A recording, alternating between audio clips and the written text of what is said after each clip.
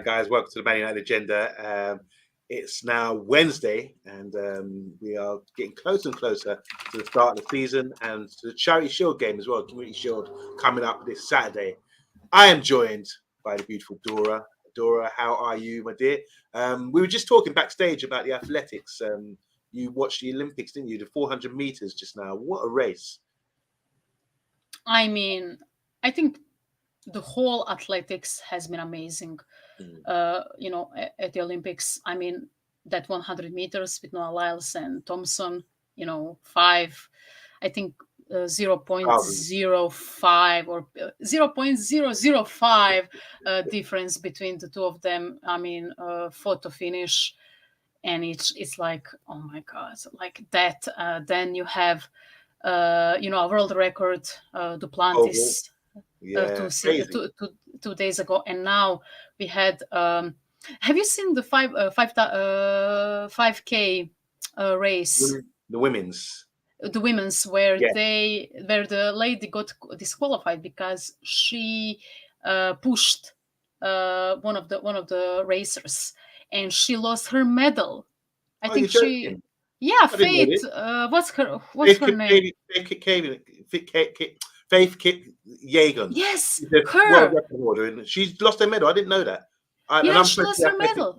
Wow. Yeah, she lost her medal, and it was, I think, Oh. announced like a half an hour after the race. It was, oh my God, like the British girl Hodgkinson, if I'm not mistaken, Keely on Hodgkinson, 800. yeah, Yes, fantastic. on 800 meters, like so many. I mean, the American girl, I forgot her name. I'm sorry. With the gold medal in discus throw. Yep. The Ukraine. Her name's Aman. All man. Yes, like. So many amazing athletes, so many amazing tournaments, these Olympic Games, and I've been enjoying it. In all honesty, I think it's a great moment where, I would say, a great thing to kind of relax from football and all transfer news. But we are here to talk about it more, of course. And yeah, I agree with you there, because we're just talking sport in general. Now, this is how sport's supposed to make you feel. It makes me, watching the games tonight with Matthew Hudson-Smith, just finishing out in the 400 gold, but he's a winner in my eyes because of the performance. I mean, he's smashed the European record, smashed his personal best. It was outstanding. It's the 5th fastest time ever, in second place. And then you see them crying and embracing their coaches, because it's all the hard work they do. I think athletes are some of the most wonderful people out there. And I love football, obviously, but when you see track and field, it really does get you emotional where you want to cry. Last time I cried at football was probably the Champions League final, 99. That was the last time I was really emotional about Manchester United. Guys in the comments, when was the last time you cried at any sport? And if it is football, what was the moment where you actually cried, whether it's for joy or for disaster or something like that? When was the last time you guys cried a tear without even realizing it through the emotion of sport? I had a little weep earlier for Matthew Hudson-Smith. I thought that was very emotional. Start with you, Dora. Guys in the comments, last time you cried at any sport, what event, what happened? Dora, when was the last time you cried at sports?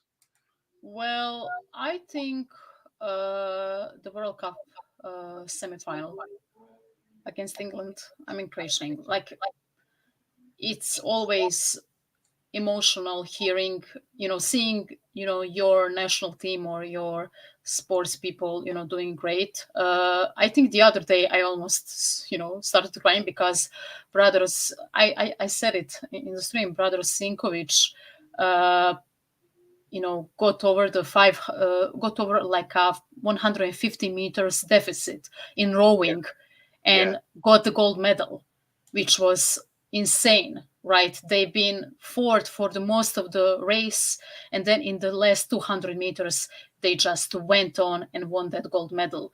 And those moments in sports are always great. And of course, I think they've beaten Great Britain, which is interesting, the duo from Great Britain. But it's just so many moments. Like, I always tear up so for example, I think a half an hour ago we got another medal in Taekwondo, bronze medal, and seeing that girl, like, she, the girl that won, the Croatian girl that won a bronze medal in Taekwondo, like, seeing her cry, it's always an emotional, thing. Like, even not even just Croatian athletes, for me, like the foreign ones, as you said, like, to plant this thing. I mean, I was in shock, but I was really happy with way how he got that world record. He got over it, and then he went you know to his girlfriend and his parents. And I always find that really emotional. Maybe not just because I'm a girl, but Yeah, but it's just, that sport, right? yeah, That sport. And one of the most beautiful moments in my life was from sports. Like, I remember Goran Ivanišević winning the Wimbledon in yes, 2001. that's Like, emotional.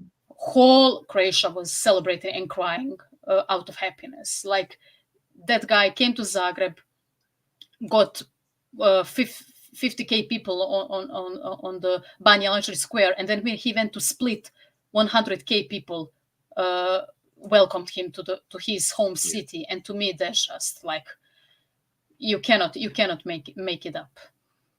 Okay, let's go to the comments. We asked the question: when was the last time you cried, with tears of joy or emotion from losing from sport? And big up to Stephanie Griffiths, King Dino as well. Keely smashed the 800. She certainly did. Big up to Bilal. How are you, sir?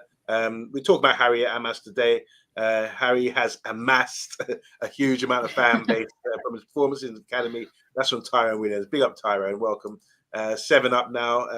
That's with the numbers. We're up to 12. Make sure you press the like button. King Dino saying the Team GB sprint women broke the world record. Okay, that's cycling or something, is it? Dora and Amondi, big up to We Deserve Better. Simon Warner saying here, greetings. Here we go on the carousel for the next round of transfer news. We got a different show today. We're not going to go into that. It gets boring after a while, don't it? Barcelona 2011 losing the Champions League final. Last time Bilal cried. Want to say hi to Matthew Bassett. How you doing, Matthew? When was the last time you cried? When we won the treble, 99. I cried. I must admit, I cried for Man United that day with tears of joy, and so did Simon Warner. That's the last time. Not interested in track and field, just likes boxing and football. Tyrone does. Last time the Dark Crow cried was when we took 7 up from Liverpool. That was disgusting, wasn't it? Yeah. Big up Matthew saying big up to Stephanie. I didn't cry, but I was upset by Euro 96. That was hard to take. Obviously, England going out at home. Bart talking about the 1500-meter race. That was emotional as well. Josh Kerr just missing out, just as Matthew Hudson-Smith did. Playing football in school, got the ball straight in my nose, and I was bleeding everywhere. I was like 12 years old. That's Emma. That's why she cried.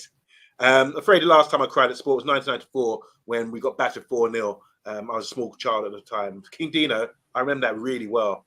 That was shocking at the time. Barcelona were fantastic. They steamrolled us. Stoichkov, Cruyff team, the great Cruyff team, got revenge for us beating them in 91, I imagine. That was a mauling. And no one ever sees the tears when you're crying in the rain. White Snake. Yeah, very good, very good. Before we get on with the show, is there any more here? Asking Bart, did he cry when Klopp quit? I'd never cried at any sports as Matthew Bassett as well. And We Deserve Better said, I cried when I was getting therapy for my addiction to Man United. I'm cured now. Oh, that's lovely. Oh my God. But this is a good one. Do you remember this? Carla Braithwaite, 4 sixes in the last over of the T20 World Cup. Stokes versus Stokes. Stokes was bowling and he licked off 4 sixes to win the game. That was a magic moment. We love magic moments of sport. 12 likes so far. Make sure you push them on and go. All right, guys, we've got a few stories to go through and have a bit of fun as well. Do a few versus battles at the end of this. Dora, we'll start with De Ligt. Obviously, that's some news coming through about De Ligt. Here it is. De Ligt has informed his friends he wants the move to Old Trafford to be completed as quickly as possible, believing the Red Devils to be the ideal next step in his career. The article contends De Ligt has the intention to ensure the transfer is done this month, meaning August, with under 4 weeks left to the summer window shuts down. In a report relayed by the People's Person this morning, Fabrizio Romano revealed United are increasingly confident they will sign the Dutch defender with a new bid likely in the coming days. The fact United officials are able to negotiate with their German counterparts, knowing the player they're pursuing is given total priority to a move to Man United, will greatly strengthen their hand in talks. Expect a compromise to be reached soon. It's De Ligt's intention after all. So this is coming from Romano, guys. This is good news for Man United. I've got another slide I'm just going to read out before I get to you on this one. This is Romano, again, another sort of quote. Romano, speaking to GMS, suggested that the Ligt and Mazraoui, or Mazraoui, how you pronounce it, Mazraoui, have been clear with, so they've talked to Bayern, they've been clear with Bayern about over some summer plans. Both defenders are keen on joining Man United and reuniting with the boss, Erik ten Hag. Now they need to reach an agreement with Bayern, but the conversation is ongoing. It is a positive conversation because at the end of the day, both players have been clear with Bayern Munich that they want to leave. They want to go. They want to try something different. They want to rejoin Ten Hag at Manchester United. So that's the mission. That's the idea. Mazzarosi, says Bilal. Thank you very much. And thank you, Dora. Oh, thank you. So, Dora, just talk to us quickly about these deals, because this is transfer stuff. We're not really going to stick on this too long, but this is good news, right? Definitely. I think this is promising news. I think that, look, this is my personal opinion. It doesn't need to be, correct, because we don't know what is happening behind the scenes. But I hope that we got the Ligt over the line sooner, because he's so very keen to join United, and because he obviously wants to leave Bayern, and Bayern is ready to sell him. But I suppose the reason why that deal didn't come on, or didn't go through, was because simply we want Mazzarosi as well,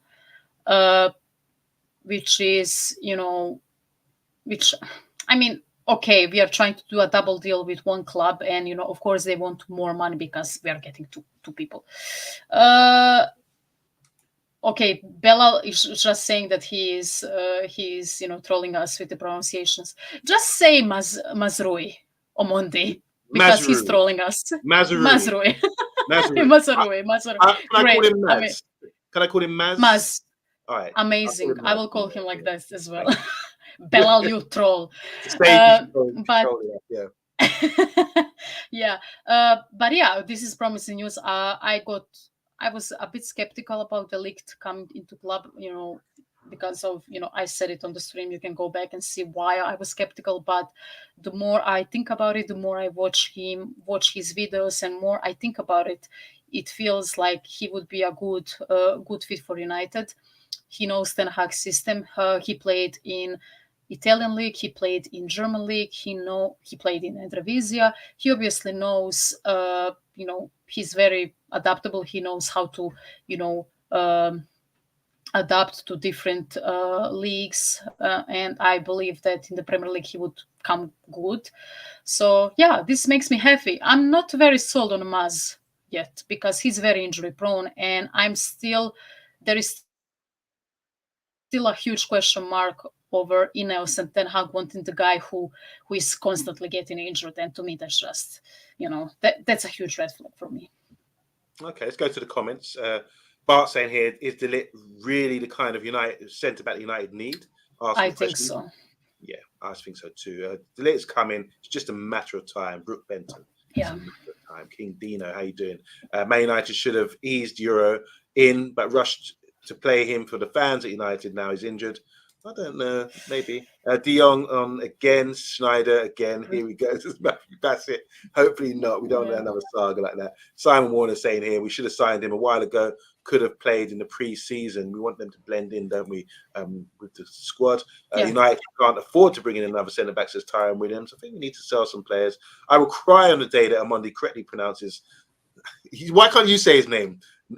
Maz's last name, Mazraoui. Knowing United will sign delayed on the deadline day. Fun use of words again by our pun girl Stephanie Griffiths. Let Eric play centre back when needed, says Rajat. Obviously, he's talking about Eric Dyer maybe at Bayern Munich. They seem to prefer him and willing to let De Ligt go. So it's good news. I'm going to end it there because look, let's just say this. Look, we want to sign some players. We need to sign some players. Our centre back Euros got injured. De Ligt's always been someone that we've been looking for. We do need a right back as well. So this is promising news. I hope you guys as fans feel the same as well. They've selected two guys. They've been persistent with it, and hopefully now, according to Romano, it looks like they want to sign for us. They're saying things to the club. They want to be clear with the club. They want to leave, and they want to start a new project with Man United, which is a good thing for us, I imagine. So hopefully we'll be seeing them signing, with their new shirts on and signing on the dotted line very soon. Now, Tyrone saying here, Sander might be a good option for United. Let's talk about him. I know I spoke to you backstage about this man, Sander Berge, from Burnley, Dora, and you said you don't mind, but I think you said something along the lines, he might not be a first team starter. But we're going to have a look at him now, and I want to get your thoughts after this. So, Sander Berge won 58.5% of his challenges in the Premier League last season.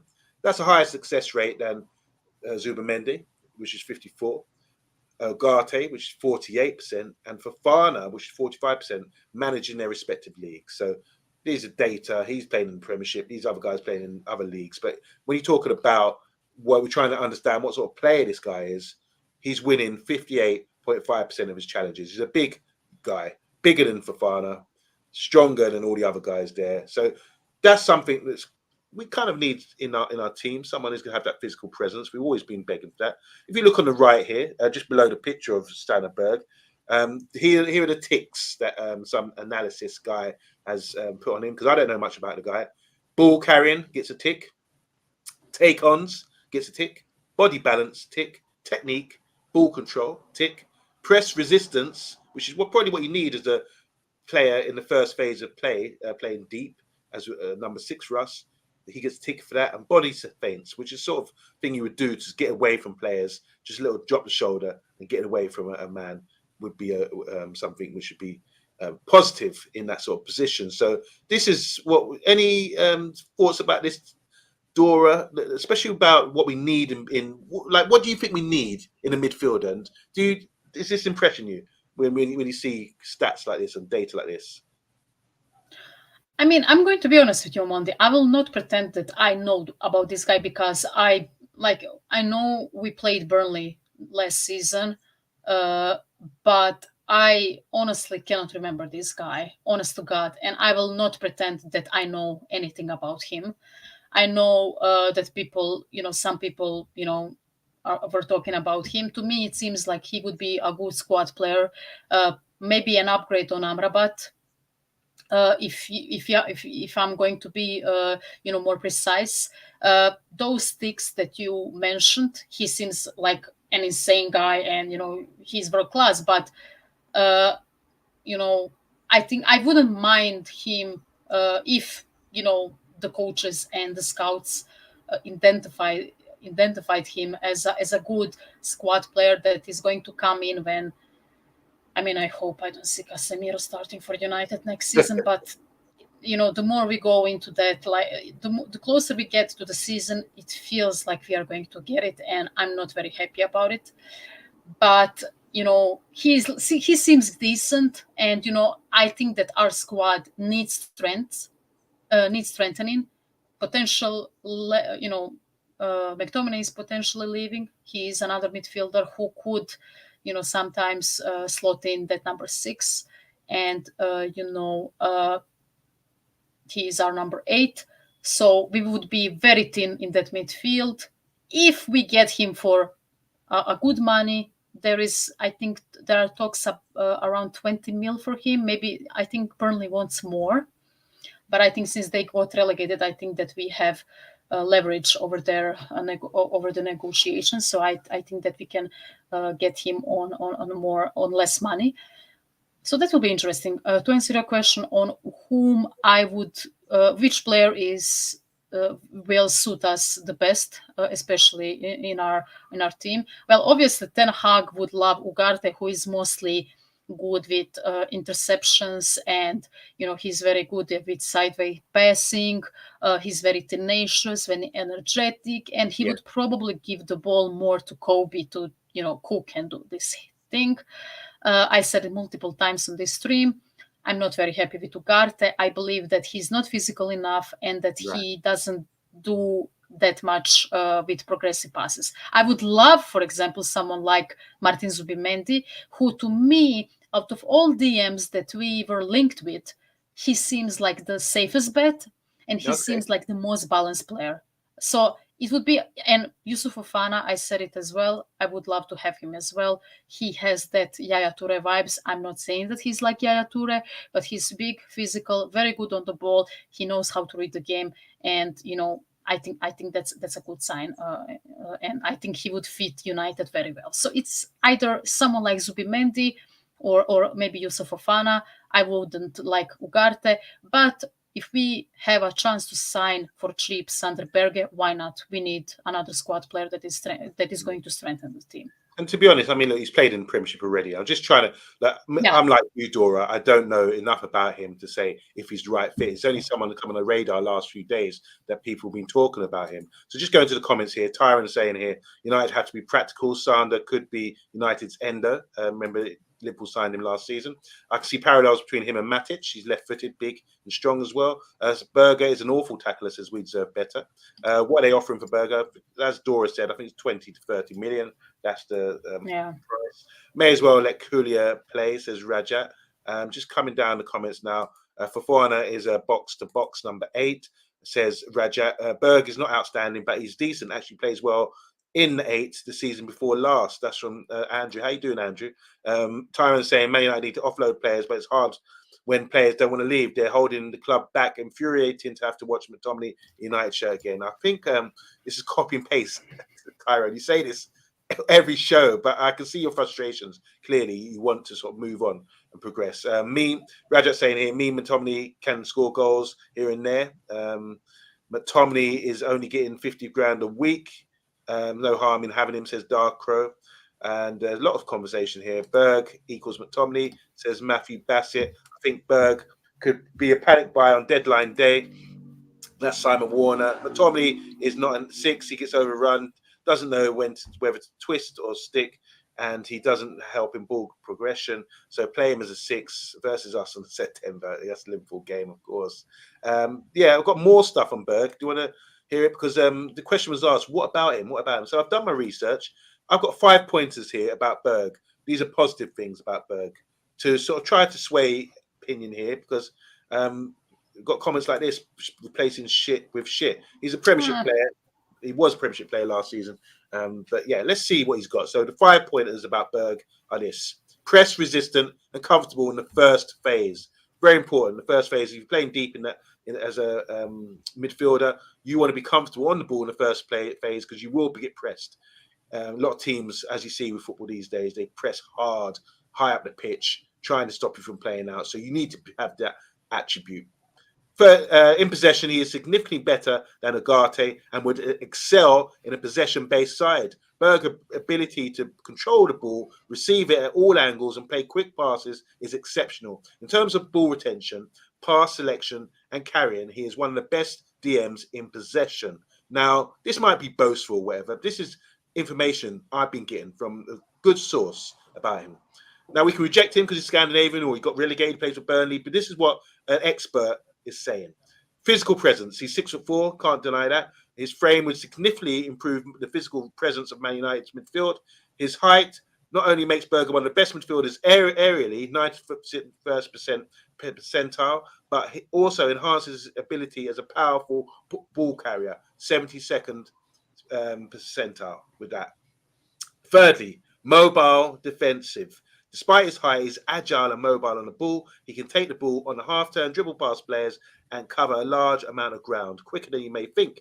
While he's not dominant as Anana from Everton, or now Aston Villa, out of possession, in terms of ground coverage, he's very capable defensively. In terms of ball winning and securing second balls, he ranks very highly among Premier League midfielders. Berge also ranks third for post-recovery passes after Rodri and Saliba in the league. He can win the ball back and move it quickly. His passing range, particularly his ability to play long, quick passes, will be beneficial for Ten Hag in transitions.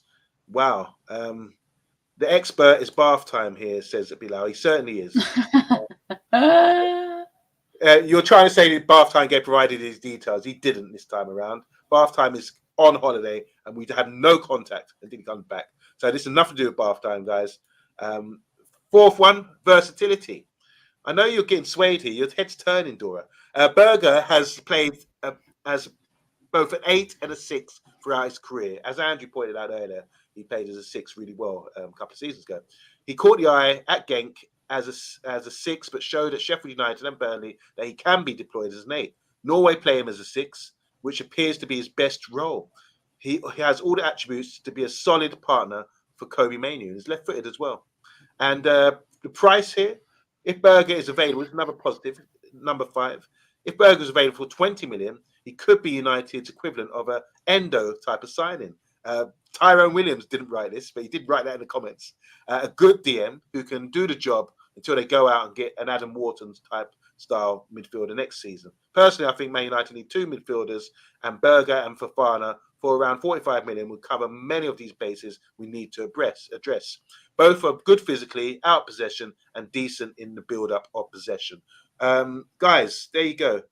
That's a lot to take in. I'm going to come to Dora first, and then we're going to come to the comment. What do you? I mean, look, I know it's a lot of detail, but there's 5 pointers there. I'll just leave them up. Press resistant and comfortable. Physical presence is proven. He's that big. Mobile defensively. And we've got versatility, playing a 6 and 8, and the price is good as well. Your thoughts on Berge a bit more, please. I mean, the more like I said, I would, if he is, if you get him for 15, 20 million euros or pounds, or whatever you deal with in UK, I feel like he would be a great squad player, as your source said in the last point. Someone like Endo, someone like I'm trying to think, but a great backup player that can cover both positions. And I think in that sense, since he's very good as a number 8 and as a number 6, I think he would be an upgrade over McTominay in that case, because he's better defensively, and I think that our defense I think our defensive possessions always need to improve, even now, especially after last season. So yeah, I would like him. I think just on those points, and I know when we were rumored or connected with Amrabat, I liked him because he was very good with the ball, and he showcased some of the strengths, but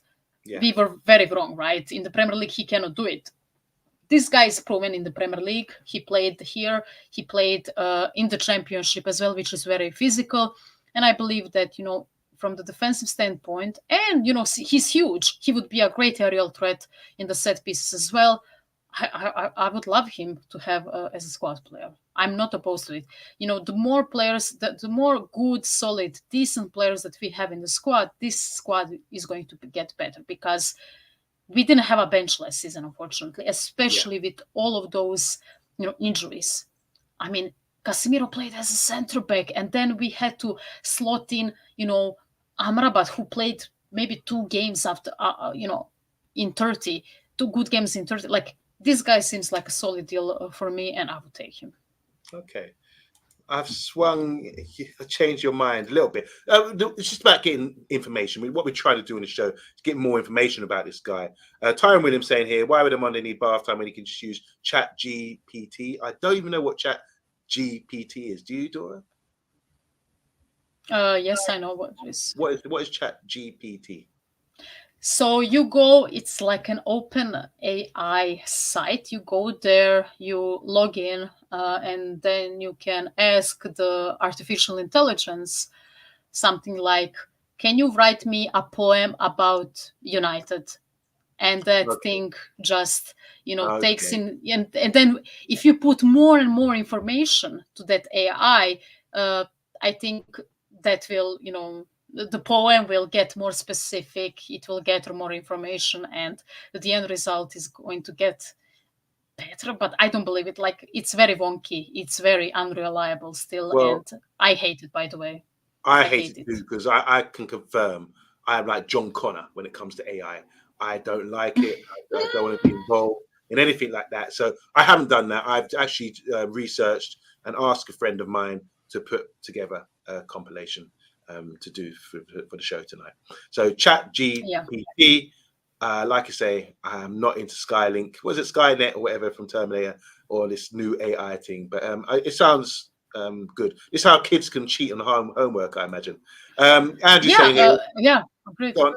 Yeah, I'm sure they No, can. Yeah, I just wanted to add on, like, I have a master's degree in media, right? And my, I actually, I'm, writing articles and all that, and you always need to do research. And in the last 2-3 years, like, people started using ChatGPT, and the quality of content on the internet dropped massively. A lot of people, Really? lost their jobs. Yeah. A lot of people lost their jobs because those media outlets and companies thought, okay, we have GPT, and we will just input all information, and it will create an article in 5 seconds. And of course, they're not reliable, they're not very good, and people actually found out about it, and you can clearly see which article is ChatGPT, which is shameful, by the way. You are shameful to the journalism, and I mean, and content writers and everything else. It's just sad to see the state of things in the media today. So Dora, I mean, should we be concerned that Chat GTP or whatever, or AI will take over our jobs here on the Man United agenda?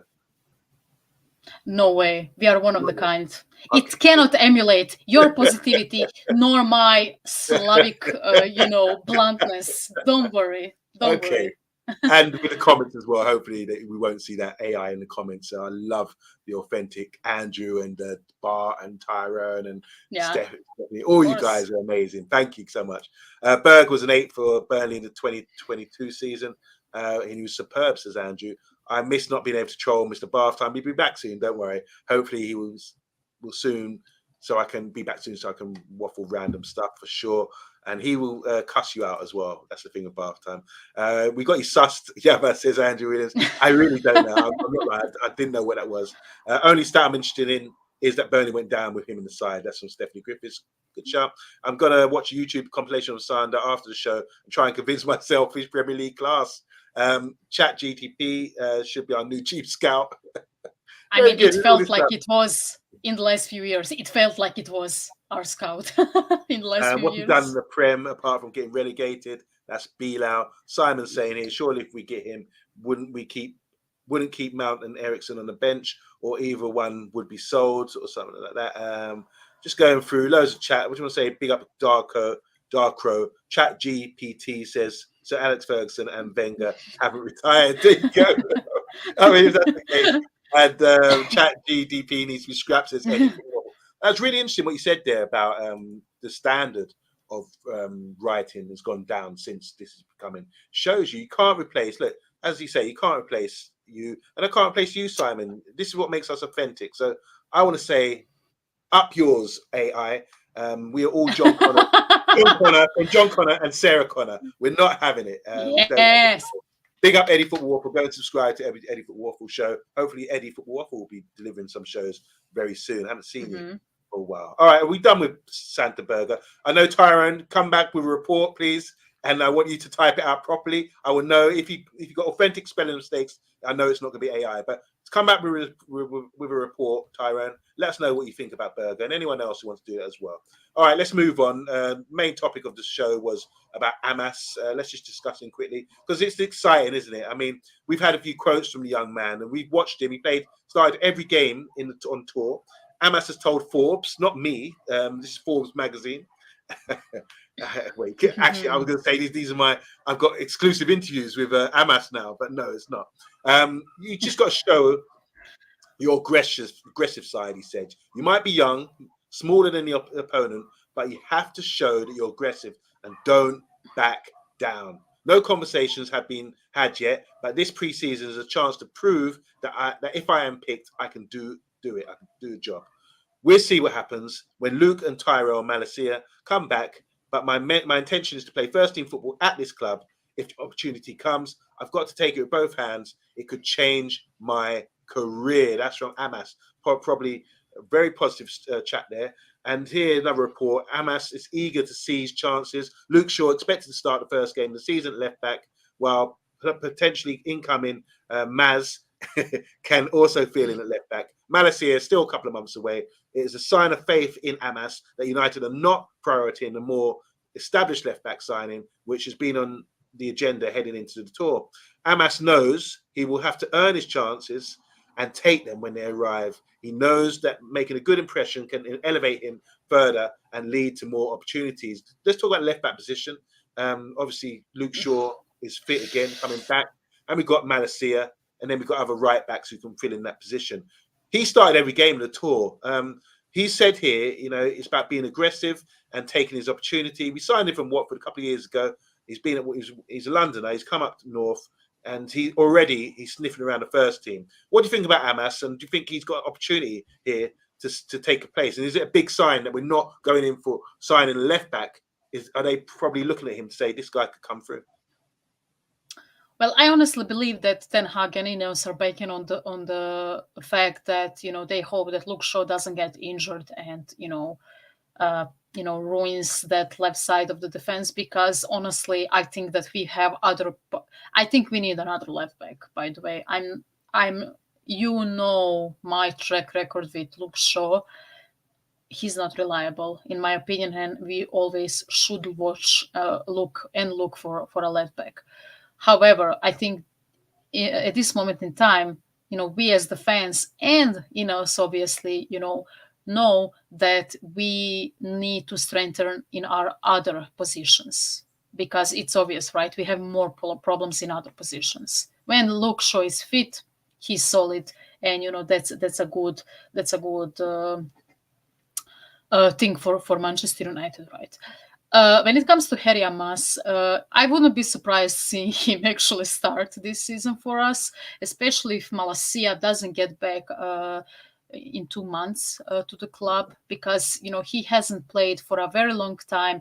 He would take a lot of fitness, match fitness, not just match fitness, but he would have to come to the training and full strength training and everything else, and I think that is another long process that the player needs to go through to come back on the pitch. I believe that there is a place for Harry Amass starting this season, especially in the cup games. The first rounds of the FA Cup, for example. If we are playing against someone like, I don't know, Huddersfield, Town, I don't know, whoever, right? Van Rama tier or League One tier of the football, I think there is a place for him. I believe that he's still young. Still, I think that he needs more experience, and I think it would be too soon to actually, start, put him in the Premier League games. I think that would be, very, very risky. Not everyone is Kobe Mainu. I always say it. Not everyone is, talented as he is, ready-made as he is. And I believe that Harry Amass needs more time to develop into a great fullback. And if he continues his trajectories, and we saw very good signs of him in the preseason. He's very tenacious. He's very good on the ball. He crosses quite well. When he fixes up other things as well, he would be a great value of the club. But still, we need to wait and see what comes of him and develop him. But I believe that he will have some opportunities at the club. I believe that Ten Hag is willing to put him in the first rounds, of the FA Cup or EFL Cup against lesser teams in second and third tiers of English football, and I would give him a chance, honestly, because I don't think Luke Shaw. Do you guys believe that Luke Shaw is going to stay fit throughout the whole season, or Tarel Malacia? I don't think so. You're muted, Omondi. You're muted. I repeat.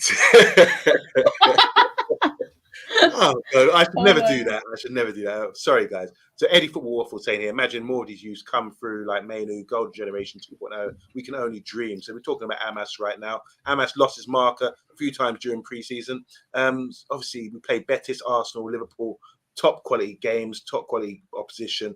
This is learning. This is about development, isn't it? We can be critical, no doubt about it. But yeah, he probably did. But he also does have some positives about him as well. So this is the learning stage, and hopefully he can get better.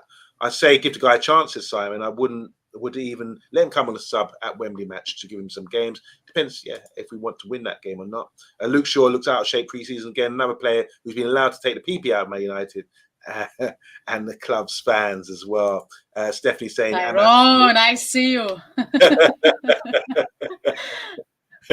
Stephanie saying Amass will be okay as long as Martinez alongside him at left centre back.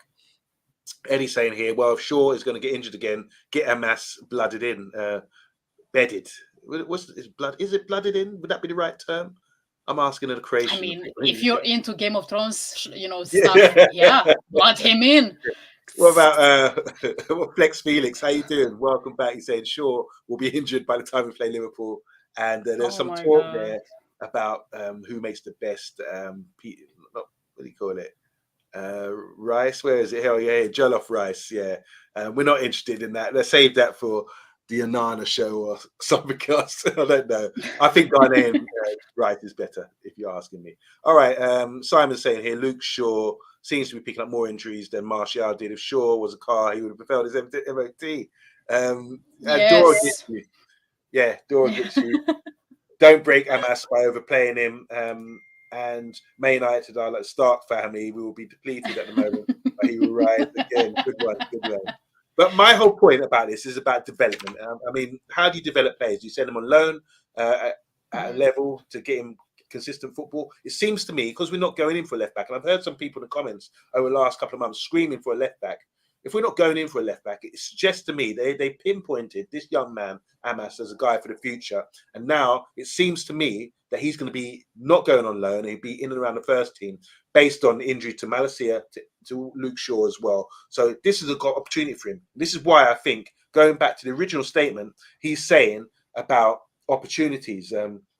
I've got to take it. See the last paragraph. I've got to take it with both hands. It could change my career. He needs to be aggressive. So he's really up for this right now. And this is a great opportunity for him, because sometimes, like what will happen with Marcus Rashford, the door opens, someone gets injured, you get an opportunity, and you need to be ready to seize the day, like Robin Williams said in that film, seize the day. So good luck to Amass, and I really like to see young players come through. And I think if we finally got some stability at a club where we would know the best way to develop certain players, and it'd be interesting to see what happens with Kulia, the guy in midfield, the guy with dreadlocks, whatever.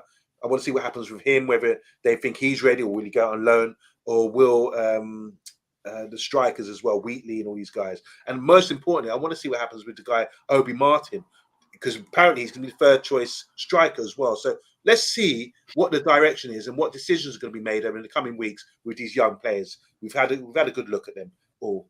Couple more comments here.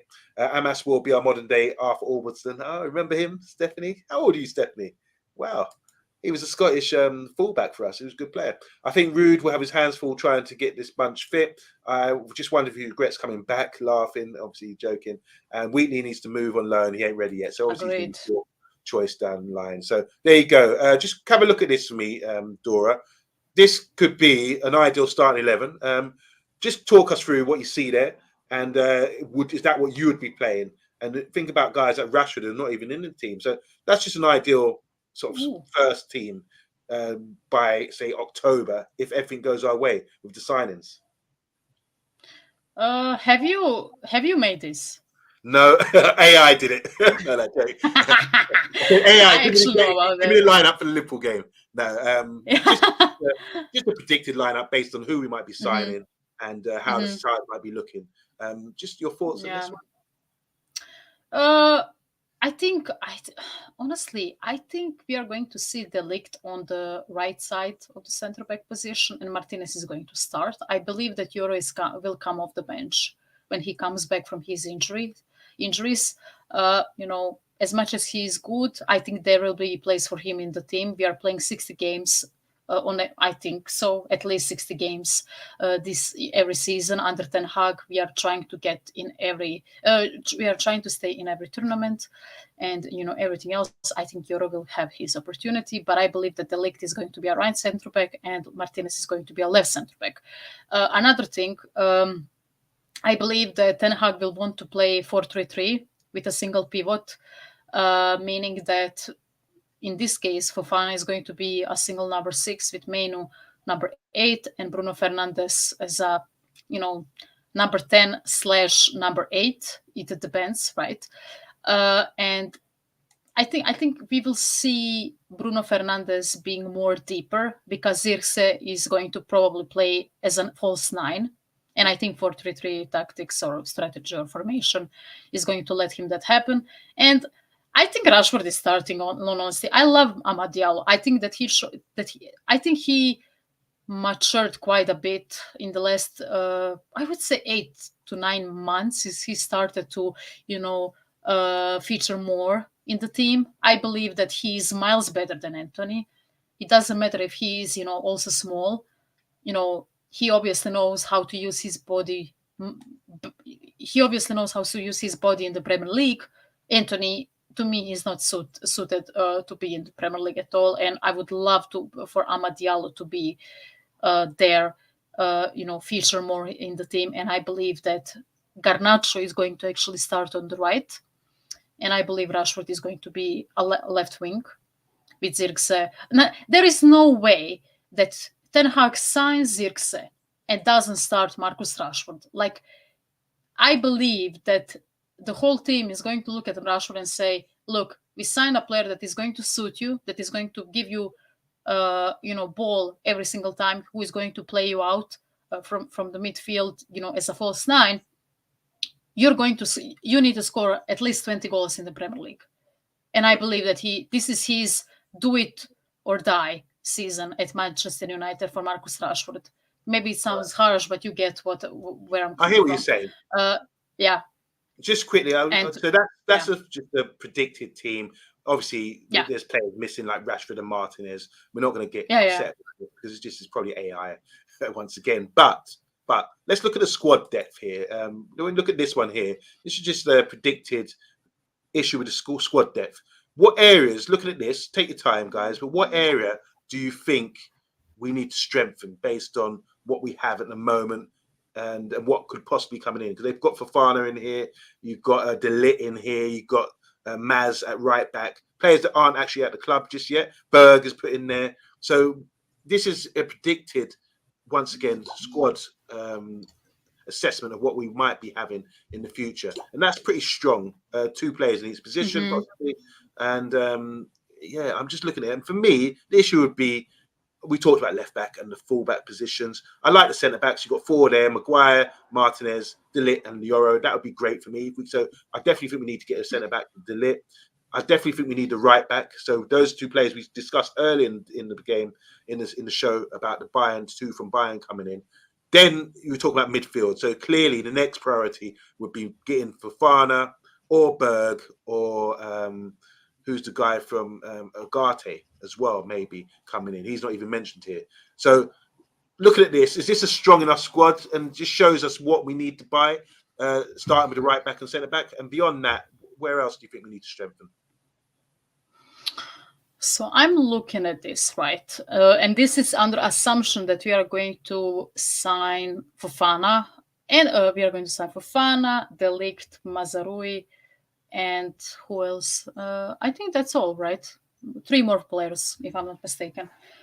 I think if we stay on this and we sign at least one, and we sign Matthias De Ligt, for example, as on one more transfer that we are going to do this transfer window, I wouldn't be very confident.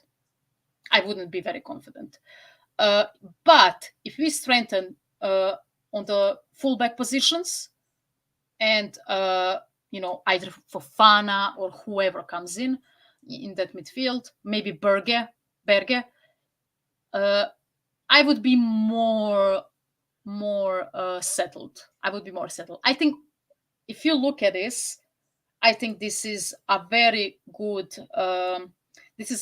squad depth, in my opinion. Out of all of this, you have huge question marks on if Lisandro Martinez is going to stay fit. And then once again, we are falling back to Harry Maguire, right? And if Luke Shaw is going to stay fit as well. And we are going to have to rely on someone like maybe Mazraoui if we sign him, or maybe someone like Amass from the academy, right? Or maybe Malacia if he's fit, right? So it will be interesting to see. I think that in the attack, I think we are very good currently. I think Zirkse's signing opened up so many options for us in that attack. Now we have there is a possibility of Jadon Sancho leaving.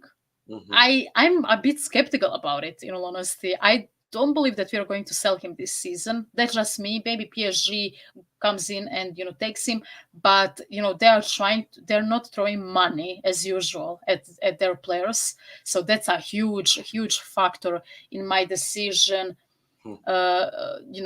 If Sancho is going to leave or stay. I believe that I'm more on the that he's going to stay this season, and if he stays, I believe that he's going to help the team. Now, we talked about it multiple times. We would rather for him to leave because he had a falling out with the manager, but from the statements that he said in the press, Ten Hag, it seems that they got over it. They got over it, and that's all. But great depth in the attack, questionable defense in my opinion.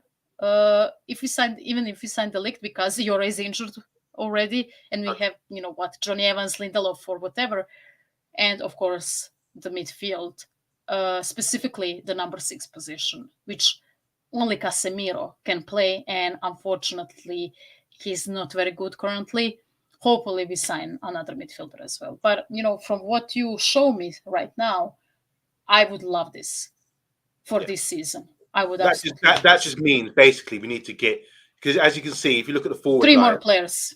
3 more players, or 4 possibly. So we've got the right back, De Ligt, Mazza, De Ligt, and 2 centre midfielders, maybe.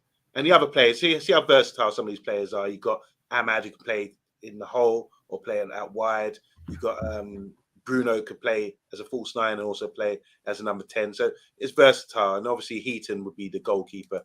Guys, we're running out of time. So that's how the squad's looking. We'll be going into more detail once the season starts about how our squad's looking going forward. But now we're going to do a versus battle because we only got a few minutes left.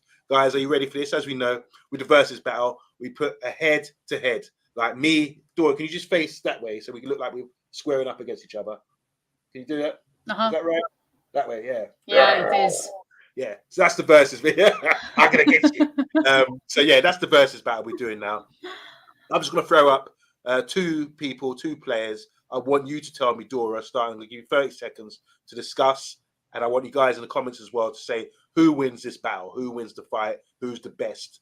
And take all factors into account in the versus battle. So last time you complained, I was going way, way back with the players. I've decided to make it more modern. Last 24 years or so, players that played years. Yeah, go for it. So are you ready, Dora, to play the versus battle? Are you ready, guys, in the comments to do the versus battle? And remember, 30 seconds. Let me get my timer out. Hold on. Oh, so he has a timer, guys. Let's make it a minute on each, because I've only got 3. It's going to be a minute on each, Dora. You're going to break it down, talk about pros, cons, talk about who you think's better, and be decisive with it at the end. So your time for the first one starts now. Oh, Darren Fletcher and Hector Herrera, under Herrera. Ooh, okay. So the second one, I would love to have him in the squad right now because he was very good with his passing. He was very tenacious. He was very passionate. He loved the club, and he was very good in interception. And he was a scrappy guy, right? And I think that he would fit in this team really well. On the other side, we have Darren Fletcher, a great squad player. People were trying to compare McTominay with him. I'm not very, he would play as a winger, he would play as a attacking midfielder, as a number. He would play everywhere, and for that, I would have to pick Darren Fletcher, only because I think that he had a better club career at Manchester United, and he was slightly better on the ball than Ander Herrera. Ander Herrera is one of my favorite players, but Darren Fletcher takes this one.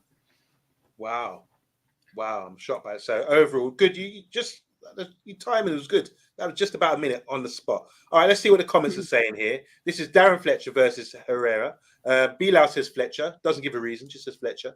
Fletcher did more, but I love Anders Herrera as a leader. So who are you picking, Andrew? Let's know who you're picking. Fletcher miles better than that fraud, says we deserve. Fletcher was the best improved player I've seen rise from being hated to being the main main guy and captain. He is a legend. Was Fletcher a captain? I don't recall that, but scored goals against Arsenal. So that counts for Bilal. Herrera would be my skipper right now if fit, says Andrew Williams. Could do both right now, says Stephanie Griffiths. Yeah. And the Herrera for me, says Tyrone. Very underrated manager for Man United. Fletcher all the way, says Simon. Herrera was class, says Tyrone.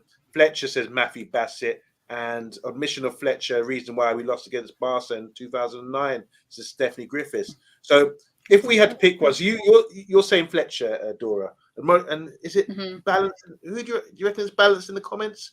Or is it favouring Fletcher in the comments? It's favouring Fletcher for sure. Okay. All right. So Fletcher is a better player. So what you guys are saying basically in this versus battle, Fletcher is a better player than Herrera. I was a bit surprised you said Fletcher's a better passer. I thought Herrera was a good passer. Or maybe not. I don't know. It's a very technical player. You need to go back and watch it, right? But from my memory, like I felt that he was really good when we were attacking Darren Fletcher. Okay. I mean, everyone is saying they would pick Fletcher, but they love Herrera, and that's me, right? I would pick Fletcher in this battle, but I loved Herrera at United.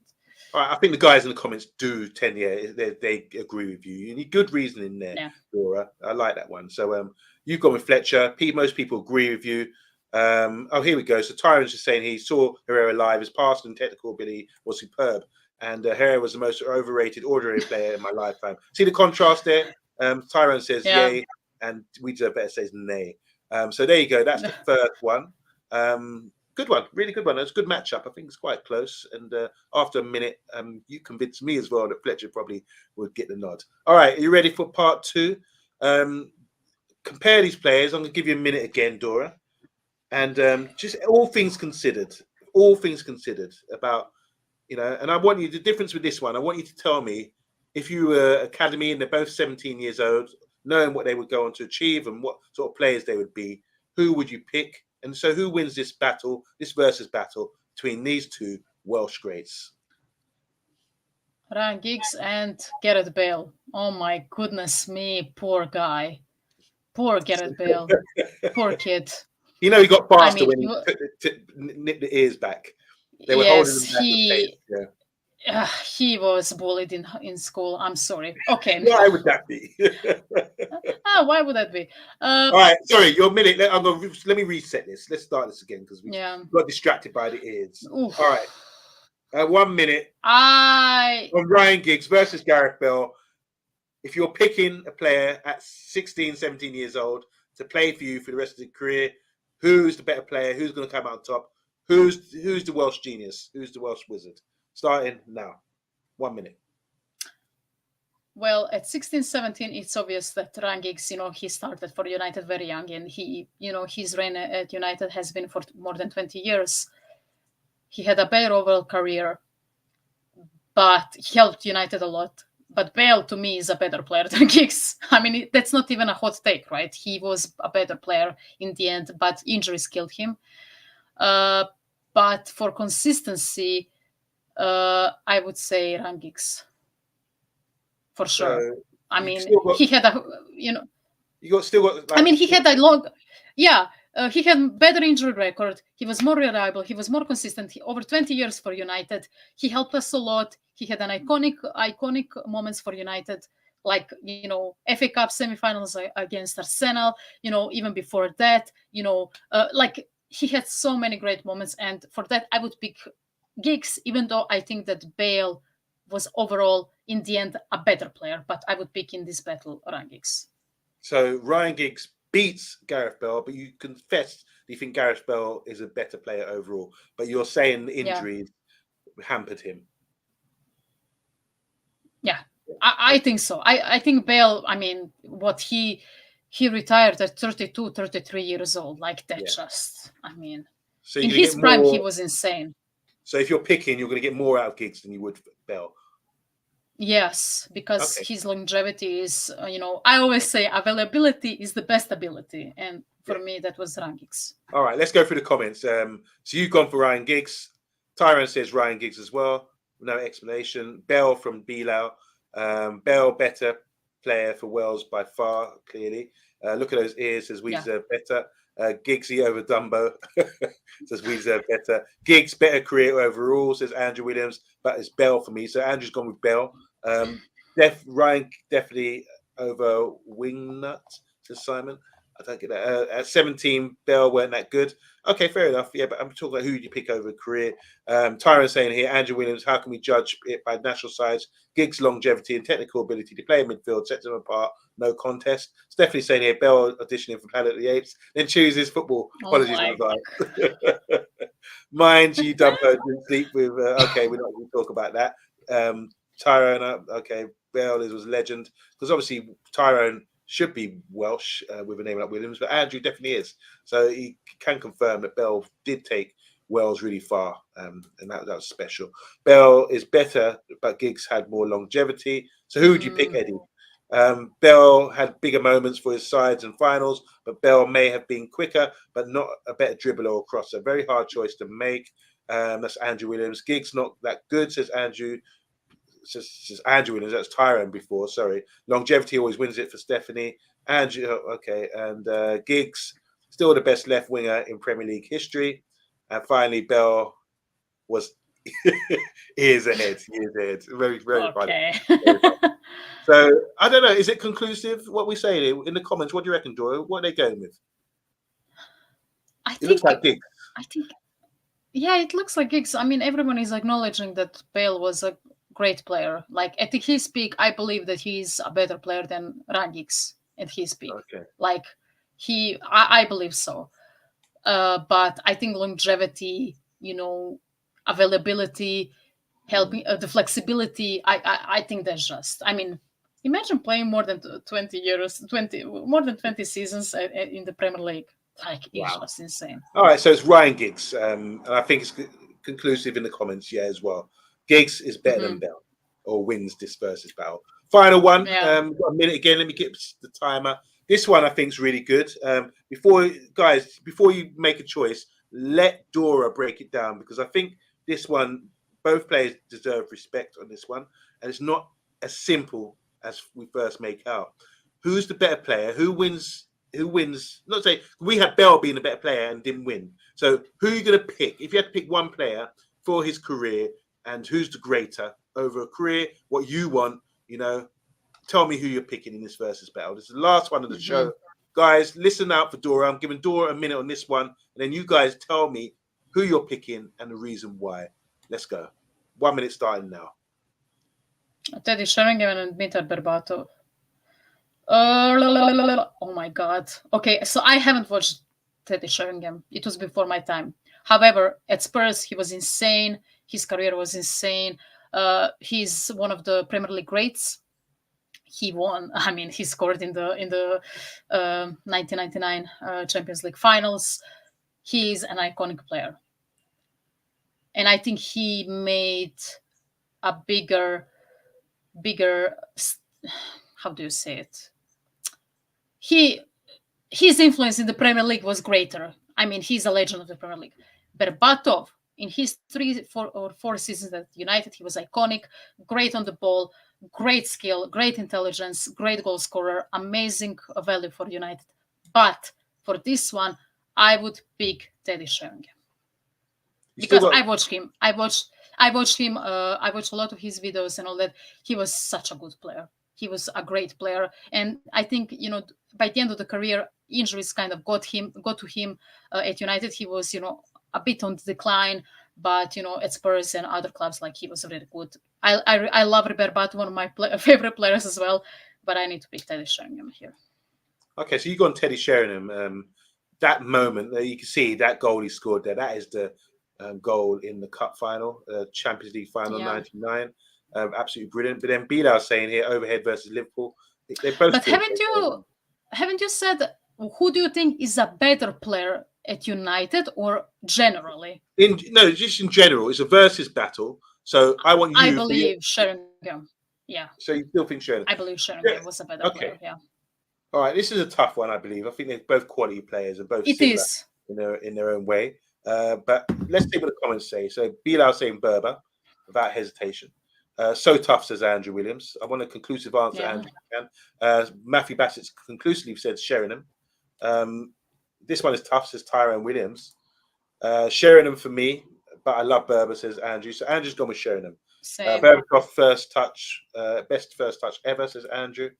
Tough choice, can't decide. So Simon's still deliberating over it. Berbatov was a better player, better United player. Sheringham had his moments at United in the latter part of his career. So Berber for me. It's not just about United, just overall as a great player. Obviously talking about the overhead.